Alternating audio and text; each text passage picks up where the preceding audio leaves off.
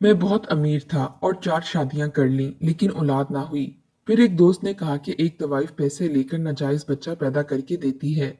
मैंने उस औरत को घर बुलाकर इसका निकाब उतारा, तो मेरे औसान खता हो गए, क्योंकि डॉक्टर की रिपोर्ट मेरे हाथ में थी और एक मर्द होते हुए मेरा जब्त जवाब दे गया था। मेरी चौथी बीवी भी बांझ थी। मैं बिल्कुल मायूस होकर रह गया था। मेरे पास बस अब एक ही रास्ता बचा था, और वो ये कि मैं अनवर की बात मान लेता। मैंने बहुत सोचो विचार के बाद अनवर को फोन किया और इसे कहा मैं इसकी बात मानने को तैयार हूँ। अगले ही रोज मैं अपने दोस्त के साथ उस जगह आया जहाँ की रातें जागती थीं और दिन सोते थे। हर तरफ गानों की आवाजें और ढोलक की थाप के साथ घुंघरों की आवाजें भी आ रही थीं। मैं अपने दोस्त के हमरा ही तेजी से कदम उठाता हुआ जा रहा था। उस वक्त मेरा दिल बहुत जोर से धड़क रहा था। बेशक मैं अमीर शख्स था, मेरे पास दौलत की कोई कमी ना थी, लेकिन ये भी सच है कि मैं अय्याश हरगिज ना था। बाज़ारे हुस्न की रौनकों से मुझे कोई गर्ज ना था, बल्कि मैं तो गर्दन झुकाए चल रहा था कि कहीं कोई मुझे पहचान ना ले, क्योंकि मेरा शुमार लाहौर के बड़े बिजनेसमैन में होता था। मुझे तो अपनी इज्जत के लाले पड़े हुए थे कि मेरी बहुत बड़ी मजबूरी थी जो मुझे यहाँ लेकर आई थी। काफी पुरानी इमारतें थीं, छोटी छोटी गलियां थीं। हर 2 मंजिला इमारत से नाच गानों की ही आवाजें गूंज रही थीं।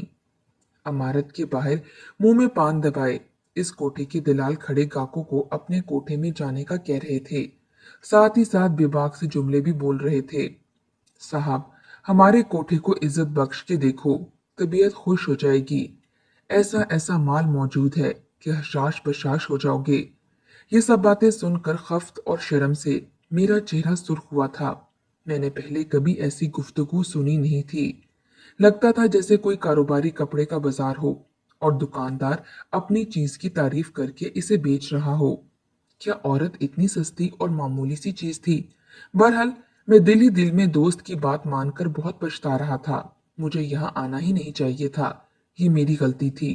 मेरा जी चाहा कि यहीं से वापस पलट जाऊं, कि जब एक कोठे के पास जाकर मेरा दोस्त अनवर के कदम रुके थे। इससे पहले कि मैं इनकार करता, अनवर ने मेरा हाथ पकड़ा और इस इमारत की सीढ़ियां चढ़ने लगा। सीढ़ियां सीमेंट की बनी हुई थीं। सीढ़ियों की दीवारों पर पान के दाग लगे हुए थे। अजीब सी बू सीढ़ियों में फैली हुई थी। हम लोग ऊपर गए तो सिहन में सफेद चांदनियां बिछी हुई थीं। सामने अगरबत्ती और शराब और गुलाब के फूलों की बू मिलकर एक अजीब सी बू का एहसास हुआ। सामने सुर्ख गांव तकियों पर टेक लगाए शायकीन एक लड़की का रक्स देख रहे थे। वो लड़की पाँव में घुंघरू पहने, घेरेदार फ्रॉक पहने, गानों की धुनों पर रक्स कर रही थी। सामने एक कोने पर हारमोनियम और ढोल वाले बैठे थे, जो अपना ही राग अलाप रहे थे। सामने तख्त पर एक उधेड़ उम्र खातून बैठी, मुंह में पान दबाए, उस लड़की के रक्स को देखते हुए पाँव हिला रही थी। मुझे वहां का माहौल देखकर वहशत सी हुई थी। मैंने अकमल से कहा कि चलो यहाँ से, मुझे यहाँ कोई बात नहीं करनी। वो कहने लगा, अरे मर्द बनो, क्यों इतना घबरा रहे हो? ये कहकर वो मुझे उस तख्त पर बैठी औरत के पास ले गया। वो शायद अनवर को जानती थी। मुझे इसके साथ देखकर सर से पांव तक देखकर अनवर से आंखों के इशारे से पूछने लगी कि ये कौन है।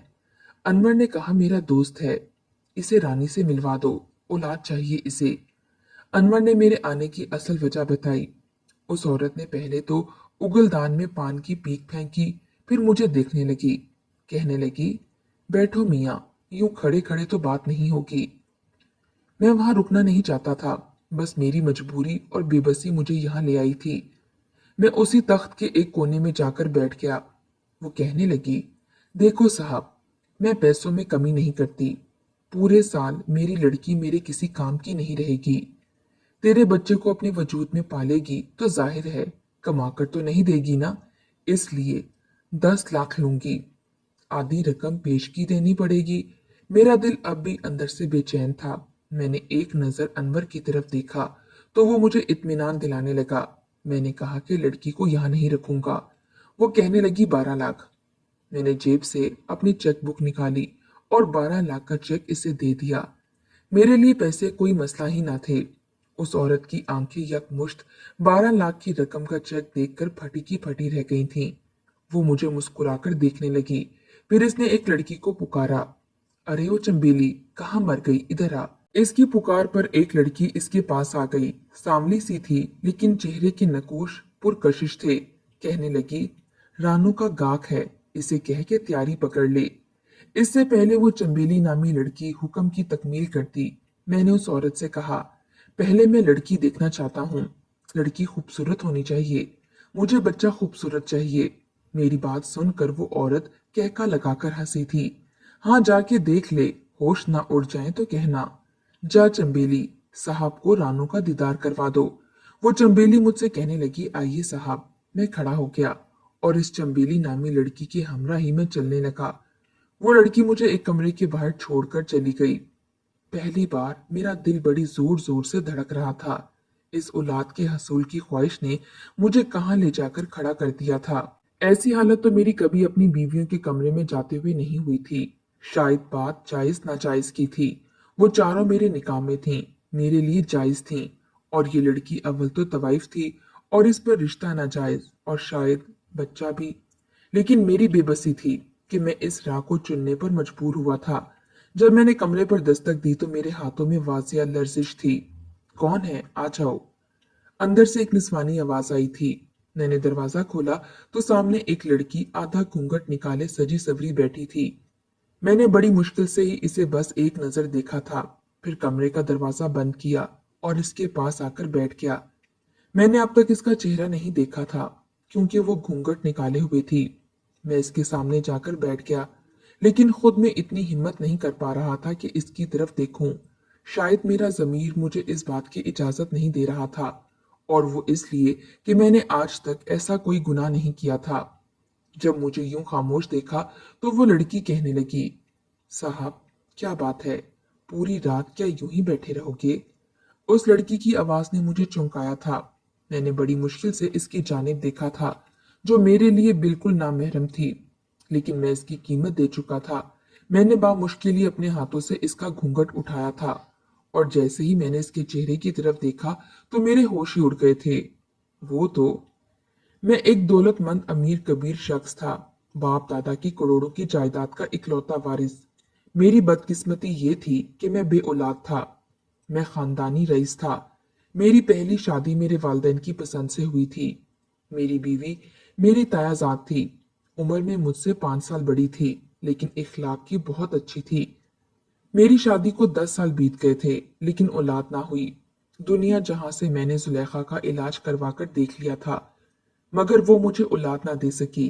मैंने अपने भी सारे टेस्ट करवाए थे, मुझ में कोई कमी ना थी। मेरी बीवी बांझ थी। 10 साल का अरसा गुजारने के बाद मैंने जुलेखा से कहा कि मुझे दूसरी शादी करनी है, क्योंकि मुझे वारिस चाहिए। मेरी बात सुनकर चंद दिन तो वो बहुत रोई, लेकिन फिर इसने मुझे दूसरी शादी की इजाजत दे दी। लेकिन फिर तो जैसे वक्त यूं ही गुजरने लगा। 5-5 साल मैंने अपनी चारों बीवियों के साथ गुजारे, लेकिन मुझे औलाद ना हुई थी। 25 साल मैंने शादीशुदा जिंदगी के गुजार दिए थे। मेरी उम्र अब 40 की हो गई थी। अपनी बीवियों का मैं इलाज करवा करवा कर थक चुका था। न जाने मसला क्या था। हर बार मेरी रिपोर्टें ठीक आती थीं, बस बीवी ही ये सलाहियत नहीं रखती थी। कभी कभी तो मेरी अकल इस बात को तस्लीम ही नहीं करती थी। मसला एक बीवी में होता तो समझ भी आती, 4 बीवियों में यही मसला था। बहरहाल अब मैं 5वीं शादी नहीं कर सकता था। इसके लिए मुझे अपनी एक बीवी को छोड़ना पड़ता, लेकिन मेरी सारी ही बीवियां नेक अतवार की मालिक थीं। मैं कैसे इनमें से किसी एक के साथ ज्यादती करता? लेकिन उम्र के जिस हिस्से में मैं पहुंच चुका था, आगे बस बुढ़ापा ही था। इसलिए अब तो मुझे औलाद जल्द अज जल्द चाहिए थी। मैंने इसी सिलसिले में जब अकमल से बात की तो इसने मुझे ये रास्ता बता दिया, जो सरासर गुनाह का था। पहले तो मैंने फौरन से इनकार कर दिया। मैंने कहा, मैं एक खानदानी शरीफ इंसान हूँ, एक तवाइफ से क्यों औलाद पैदा करूंगा? वो कहने लगा कि फिर एक बीवी को तलाक दे दो, तुम्हारी पहली बीवी वैसे भी अब बीमार रहने लगी है। अकमल की बात सुनकर मैंने कहा, उस वक्त ही तो इसे मेरी सबसे ज्यादा जरूरत है, मैं इसे क्यों छोड़ दूं? वो मुझसे कहने लगा कि फिर अपनी उम्र देख लो, बुढ़ापे में कदम रख चुके हो, आगे बस वक्त गुजारने के साथ साथ औलाद होने के चांसेस भी कम होते जाएंगे। बात तो अकमल की भी ठीक थी। मुझे वारिस चाहिए था, हर सूरत। अकमल कहने लगा कि जो मैं बता रहा हूँ इससे तुझे बच्चा भी हो जाएगा और तुम्हें पांचवी शादी भी नहीं करनी पड़ेगी। फिर तुम दुनिया को कह देना कि चारों बीवियों में से किसी से बच्चा हुआ है। किसी को कुछ भी खबर नहीं होगी। मैं काफी दिन तक इसी पर सोचता रहा। औलाद का हसूल इस वक्त मेरे लिए बहुत जरूरी था, वरना मेरा नाम लेने वाला तो कोई ना होता। पहले तो मेरा जी चाहा कि अपनी बीवियों से मशवरा करता हूँ, लेकिन जाहिर है वो मुझे कभी भी ऐसा मशवरा नहीं दे सकती थी। मैं बेहद परेशान था। इन्हीं दिनों में अपनी औलाद के हसूल के लिए भी परेशान था। और दूसरी तरफ मेरी पहली बीवी बहुत ज्यादा बीमार रहने लगी थी। मैंने अपनी बाकी तीनों बीवियों से इजाजत ली और ज्यादा वक्त पहली बीवी को ही देने लगा। खुद पर 3 सौतनें बर्दाश्त की थी इसने, लेकिन मेरी बीवियों में ये बात भी थी। लड़ती झगड़ती बिल्कुल भी नहीं थी, आपस में मिलजुल कर रहती थी। फिर मैंने शादी के मामले में मैंने अब तक कम उम्र लड़की का इंतखाब नहीं किया था। मेरी बाकी की 3 बीवियां भी अच्छी उम्र की थीं। कोई यतीम थी तो कोई बेसहारा। मैंने शादी ऐसी लड़कियों से की थी ताकि इन्हें सहारा भी मिल जाए और मुझे औलाद। लेकिन किस्मत का भी अजीब खेल था कि चारों ही बीवियों में मसला था, लेकिन मुझ में नहीं। मैं बेहद परेशान था, किसी भी बीवी को छोड़ना नहीं चाहता था। लेकिन दूसरा रास्ता जो अनवर ने बताया था इस पर भी मेरा दिल नहीं मान रहा था। लेकिन बहुत सोचो विचार के बाद मैं आखिरकार इस फैसले पर पहुंच गया था कि अनवर की बात मान लेने में कोई हर्ज नहीं है। इसलिए इसके साथ कोठे पर आ गया। लेकिन जब मैंने उस लड़की को देखा तो मेरे होश उड़ गए थे। इसे देखते ही मैं कमरे से बाहर निकल गया, फिर इस कोठे पर रुका नहीं। अकमल मुझे पुकारता ही रह गया, पूछता रह गया कि फिजान तुम्हें क्या हुआ है। लेकिन मैंने कोई जवाब नहीं दिया। तेज कदमों से इस बाजारे हुसन से निकलकर अपनी गाड़ी में बैठ गया। मैंने अकमल के भी आने का इंतजार नहीं किया। ड्राइवर से कहा कि घर चलो। पूरा रास्ता मैंने बेचैनी से काटा था। एक पल मुझे चैन नहीं आया था। घर आकर भी मेरी बेचैनी बददस्तूर कायम थी। मैं आज किसी भी बीवी के कमरे में नहीं जा पाया था। ड्राइंग रूम में बैठा सिगरेट पीता रहा। आधी रात बीत गई थी और मेरे दिमाग की खोलन बढ़ने लगी थी। जब मेरी पहली बीवी ड्राइंग रूम में आ गई, मुझे कहने लगी, फयाज क्या बात है, सोई नहीं आप?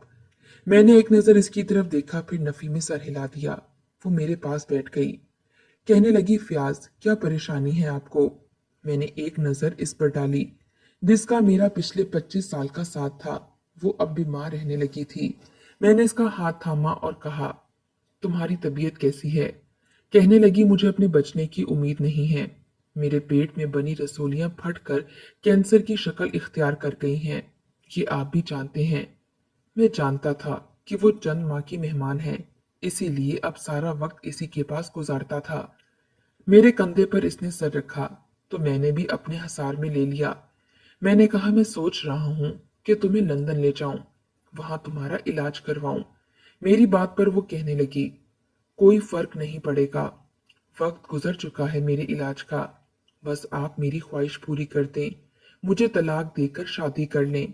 इसकी बात पर मैं बरजस्ता इसकी तरफ देखा था। वो कहने लगी, मैं इसी घर में एक कमरे में रह लूंगी, लेकिन मैं मरने से पहले आपका बच्चा देखना चाहती हूँ। इसकी बात सुनकर मेरी आंखों के सामने महानूर का चेहरा घूमने लगा था। मैंने से कहा कि मैं तुम्हें इतना बड़ा गम नहीं दे सकता। पहले ही तुम पर सौतने ला चुका हूँ।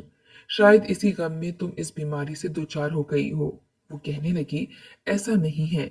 मैं तो ये चाहती थी कि आप साहिबे औलाद हो जाएं, मगर ये नहीं पता था कि मेरा साया आपकी बाकी बीवियों को भी बांझ कर देगा। ये कहकर वो रोने लगी थी। मैंने कहा, ऐसा क्यों सोचती हो? औलाद शायद मेरे नसीब में ही नहीं है। मेरी बात सुनकर वो कहने लगी, आपने शादी हमेशा बेसहारा लड़कियों से ही की है ताकि आपकी कोई नेकी अल्लाह को पसंद आ जाए। तो फिर रात को इस तवाइफ खाने से क्यों भागकर वापस आ गए? इसके मुंह से यह सुनकर मुझे हैरत का झटका लगा था। मैंने कहा, तुम्हें किसने बताया? मेरी बात पर इसने गहरी सांस ली। कहने लगी, वो छोड़े, मेरी बात का जवाब दे। मैंने कहा, मेरा दिल नहीं माना, क्योंकि वो तवाइफ है, फिर बहुत कम उम्र सी है, बस 18 साल लड़की है। इसे देखकर तो मुझे इस पर बस तरस ही आ सकता था।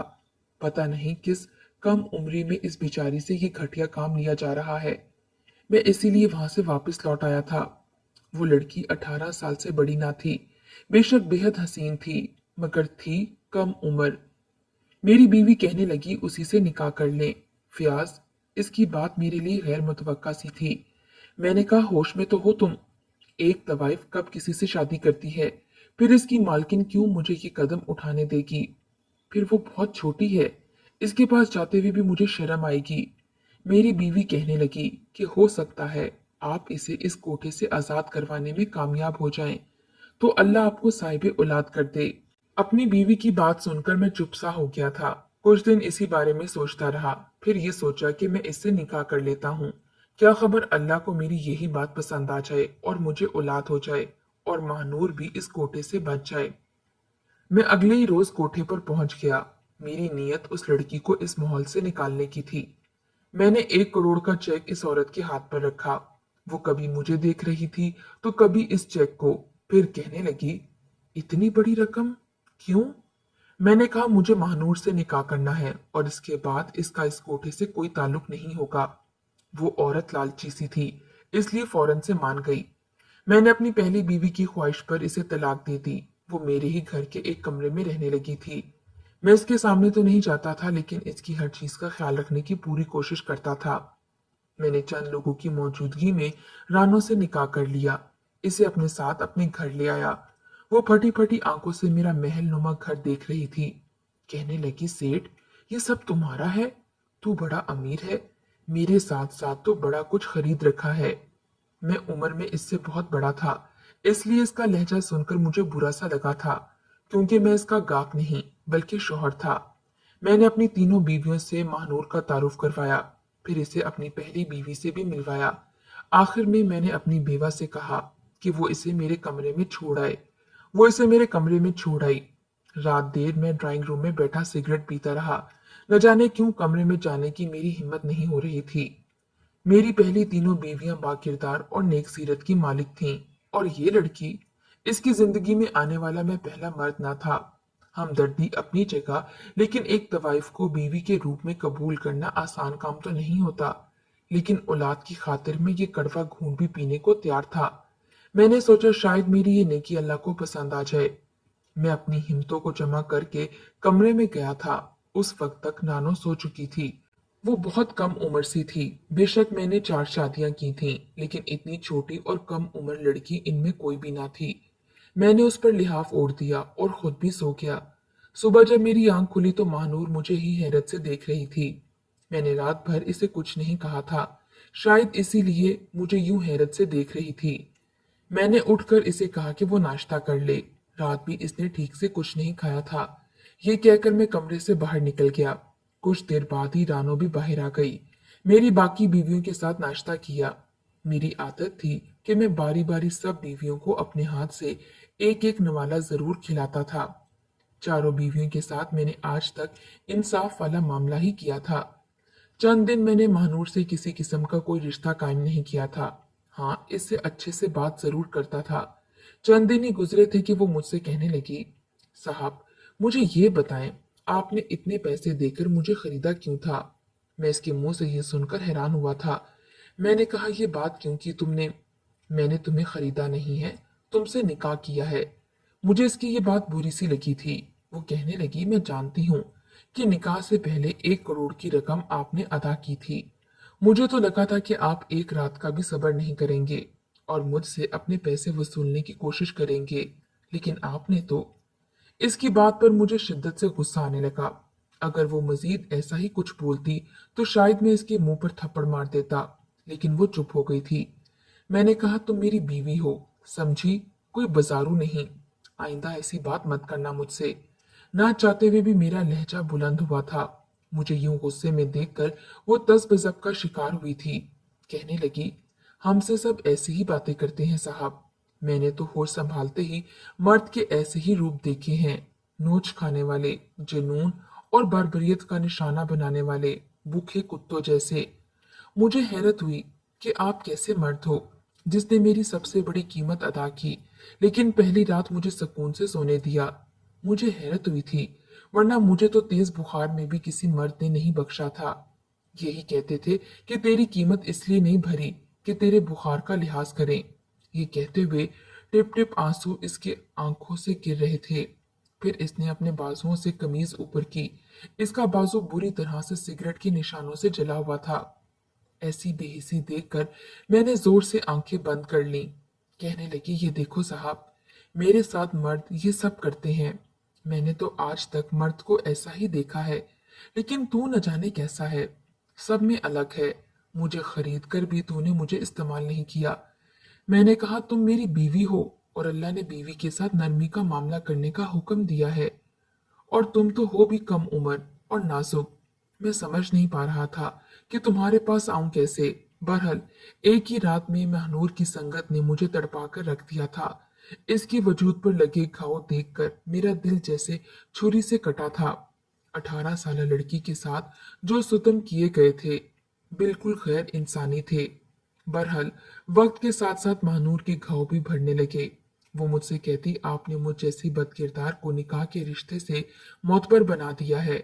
वो मेरे इखलाक और मोहब्बत से बहुत मुतासिर हो गई थी। आहिस्ता आहिस्ता इसकी जबान भी ठीक हो गई थी। वो मुझे अदब से बात करने लगी। मेरी शादी के चंद माह बाद ही मुझे वो खुशी मिली थी जिसकी मैंने बहुत दुआएं की थीं। महानूर उम्मीद से हो गई। मुझे तो अपने कानों पर यकीन ही नहीं आ रहा था। मैं अपने रब के हजूर सजदे में रो रो कर शुक्र करने लगा। 9 माह तक मैंने महानूर का बहुत ख्याल रखा। इसे बिस्तर से पांव भी नीचे नहीं उतारने दिए थे। लेकिन जब डिलीवरी का वक्त करीब आया तो मैं लेबर रूम के बाहर बहुत बेचैन सा चक्कर काट रहा था। जब लेडी डॉक्टर बाहर आई और बेहद परेशान थी, मुझसे कहने लगी कि आपकी बीवी की हालत ठीक नहीं है। या हम माँ को बचा सकते हैं या फिर बच्चे को। ये सुनकर मेरे होश उड़ गए थे। मुझे इतने अरसे बाद औलाद की खुशी मिल रही थी, लेकिन मेरे सामने एक आजमाइश सी खड़ी हो गई। उस वक्त मेरी हालत क्या हो सकती थी, ये वही शख्स जान सकता है जिस पर ये सब बीता हो। मैंने अपनी आंखें बंद कर ली। मैंने कहा, आप माँ को बचाएं, बच्चे का अल्लाह मालिक है। वो लेडी डॉक्टर अंदर चली गई और मेरी आंखों से आंसू बहने लगे थे। बेशक मेरी पहले से 3 बीवियां और भी थीं, लेकिन मैं अपनी ख्वाहिश की खातिर किसी की जान लेने का नहीं कह सकता था। मेरे आंसू मेरे इख्तियार में न थे, इसलिए बहने लगे। कुछ देर बाद ही लेडी डॉक्टर बाहर आई। मैंने उससे पूछा, मेरी बीवी कैसी है? वो कहने लगी, माँ बेटा दोनों ही खतरे से बाहर हैं। ये सुनकर मुझे हैरत का झटका सा लगा था। मैं बहुत खुश हुआ था जब नर्स ने मेरे कांपते हाथों में मेरे बेटे को डाला तो इसे सीने से लगाए मैं फूट फूट कर रोने लगा। मेरे अल्लाह ने मुझे मेरे सब्र का बेहतरीन इनाम दे दिया था। बेशक अल्लाह अपने बंदों पर वो बोझ नहीं डालता जो वो उठा ना सके।